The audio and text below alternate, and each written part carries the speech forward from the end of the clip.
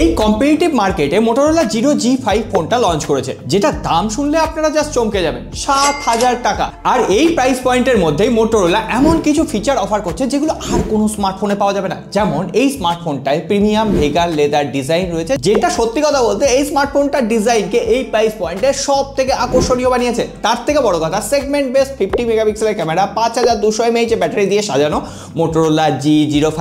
যাই হোক, শুধুমাত্র সাজানো গোছানো দেখলেই তো হবে না, আমরা এর অন্দরমহলে কি কি আছে সমস্তটা টেস্ট করব। আর আপনারা আমাদের পরিবারের টেস্টটা নেওয়ার জন্য অবশ্যই লাইক সাবস্ক্রাইব দেখেছেন মোটরোলা জেস্টার। যাই হোক, মোটরোলা কিন্তু এই সমস্ত দুর্ধর্ষ জেস্টারের সাপোর্টও এই ফোনটাতে দিয়েছে। আর এতক্ষণে আপনারা লাইক সাবস্ক্রাইব জানি করে নিয়েছেন, তাহলে চলুন এবার ধাপে ধাপে স্মার্টফোনটার রিয়েলিটি চেক করি।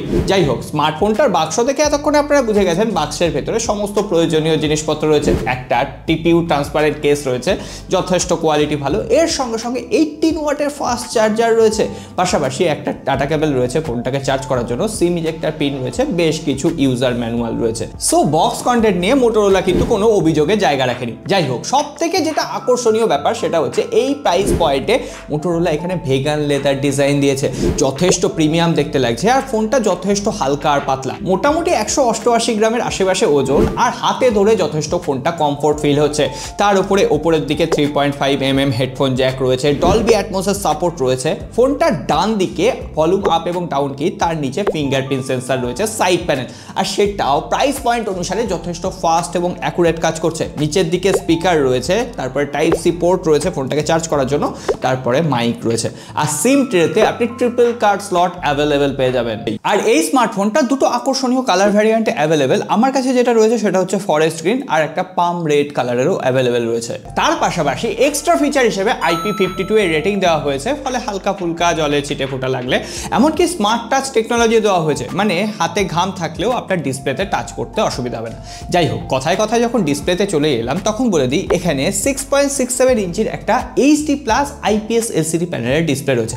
আর এই প্রাইস পয়েন্টে HD+ মেনে নিতে খুব একটা অসুবিধা নেই, যেখানে এটা একটা 5 হোল ডিসপ্লে। তার থেকেও বড় কথা, 1000 নিটসের পিক ব্রাইটনেস রয়েছে। আমরা ডাইরেক্ট সানলাইটে তো ইউজ করে দেখলাম, যথেষ্ট ভালো ভিজিবিলিটি ছিল। আর সঙ্গে সঙ্গে প্রোটেকশন হিসেবে কর্নিং গরিলা গ্লাস 3 প্রোটেকশনও রয়েছে। যাই হোক, এগুলো গেল খাতায় কলমে মুখস্থ করা কথা, কিন্তু অ্যাকচুয়ালি রিয়েল লাইফের ডিসপ্লে কোয়ালিটিও যথেষ্ট ভালো। আমরা ইউটিউবে ভিডিও চালিয়ে দেখলাম, এখানে আপ টু 1080p ভিডিও অনায়াসে সাপোর্ট করে যায়।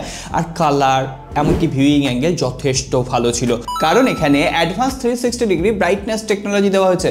এই প্রাইস রেঞ্জে আমি এই ধরনের ডিসপ্লে কোয়ালিটি আশা করিনি। তার থেকেও বড় কথা, মাল্টিমিডিয়া এক্সপিরিয়েন্সের কথা যখন আসে, ডুয়েল স্টিরিও স্পিকারে আমার মাল্টিমিডিয়া এক্সপিরিয়েন্স না চরম লেগেছে। একটা ছোট্ট উদাহরণ দিলেই আপনি বুঝতে পারবেন।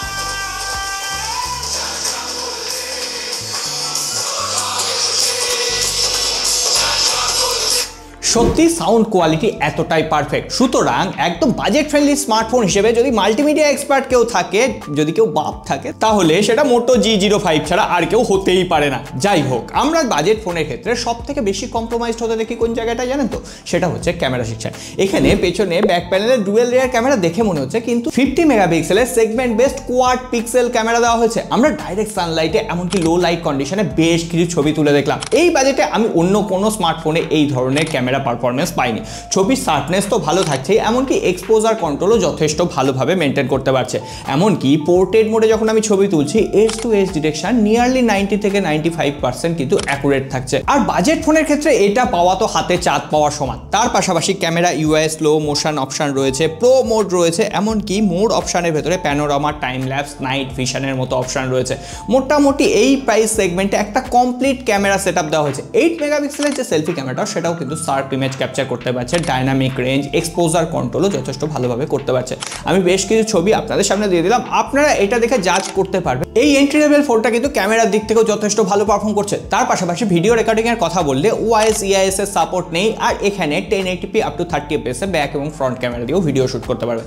মোটামুটি ভিডিও কোয়ালিটি এটা দেখলে আপনারা কনফার্ম হয়ে যাবেন।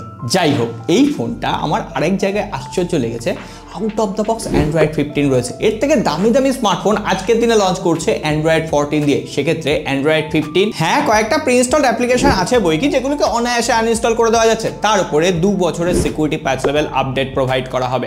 আর পাশাপাশি এখানে ThinkShield protection, family space, Moto সিকিউরের মতো অপশন রয়েছে। অর্থাৎ ওই মোটো সিকিউরের ভেতরে আপনি অ্যাপ্লিকেশন লক করে রাখতে পারবেন, প্রাইভেট কিছু ছবি গ্যালারিতে অ্যাক্সেস করতে না দিতে চাইলে সেইগুলো এখানে কিন্তু আপনি অনায়াসে সুরক্ষিত রাখতে পারবেন। যথেষ্ট ভালো ফিচার। দেখেছেন, এতটা বড় একটা ভিডিও হয়ে গেল, এখনো পর্যন্ত প্রসেসর নিয়ে কথাই হলো না। এখানে মিডিয়াটেকের হিলিও G81 এক্সট্রিম প্রসেসর ব্যবহার করা হয়েছে, যেটা একটা 4G প্রসেসর। তার উপরে DDR4X RAM রয়েছে আর UFS 2.2 স্টোরেজ টাইপ তো রয়েছে। আর হ্যাঁ, Antutu বেঞ্চমার্ক যদিও আমি ভরসা করি না, তাও আপনাদের সাথে শেয়ার করলাম, 2,57,000-এর আশেপাশে আসছে। কিন্তু হ্যাঁ, যেহেতু এখানে ভালো স্টোরেজ টাইপ দেওয়া হয়েছে, এর যে অ্যাপ্লিকেশন ওপেনিং স্পিড আর তার উপরে যে UI এর অপটিমাইজেশন, তার জন্য কিন্তু যথেষ্ট স্মুথ ফিল হচ্ছে। এমনকি যে র্যাম ম্যানেজমেন্ট রয়েছে সেটাও যথেষ্ট ভালো।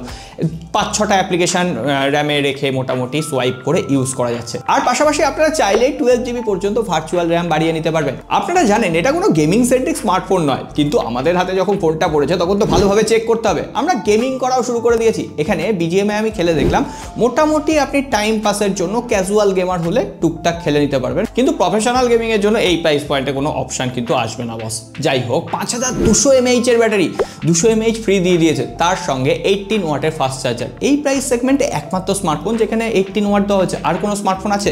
অবশ্যই কমেন্ট বক্সে লিখে জানাবেন। তার পাশাপাশি 90 মিনিটের আশেপাশে টাইম লাগছে ফোনটাকে ফুল চার্জ করতে, আর একবার চার্জ করলে 2 দিন নিশ্চিন্তে আপনি ফোনটাকে ইউজ করতে পারবেন। এই হচ্ছে আমাদের ওভারঅল মোটো G05। আমরা যদি 7,000 টাকায় একটা এন্ট্রি লেভেল স্মার্টফোন হিসেবে ফোনটাকে দেখি, তাহলে সত্যি প্রিমিয়াম ডিজাইন, তার পাশাপাশি ফুল মাল্টিমিডিয়া সাপোর্ট, একটা অপটিমাইজ পারফরমেন্স আর ক্যামেরাটাও এই প্রাইস সেগমেন্টে অন্যতম সেরা অপশন। আপনার বাড়িতে যদি আপনার বাবা মাকে কোনো স্মার্টফোন গিফট করতে হয়, বা বাড়িতে যদি সিনিয়র কেউ থাকে, বা এমন কোনো স্টুডেন্ট যার সত্যি একটা পড়াশোনার জন্য স্মার্টফোন দরকার, একটু ভিডিও কল করবে বা একটু ইউটিউবে এডুকেশনাল ভিডিও দেখবে, তাদের জন্য এই স্মার্টফোনটা কিন্তু একেবারেই একটা খারাপ চয়েস হবে না। আর এটার ফার্স্ট সেল শুরু হতে চলেছে 13ই জানুয়ারি থেকে। আমি ডেসক্রিপশন বক্সে প্রয়োজনীয় লিঙ্ক দিয়ে রাখবো। এরপর আপনাদের ফিডব্যাক অবশ্যই কমেন্ট বক্সে লিখে জানাবেন। আর হ্যাঁ, ভিডিওটা জানি ভালো লেগেছে, তাহলে লাইক করতে কেন ভুলে যাচ্ছেন বস? লাইক করে দেবেন, সাবস্ক্রাইব করবেন, আর তাহলে এই ধরনের রিভিউ সবার আগে আপনার কাছে পৌঁছে যাবে। আর হ্যাঁ, ঘন্টিটাও বাজাবেন। সো ভালো থাকবেন, দেখা হবে আগামী।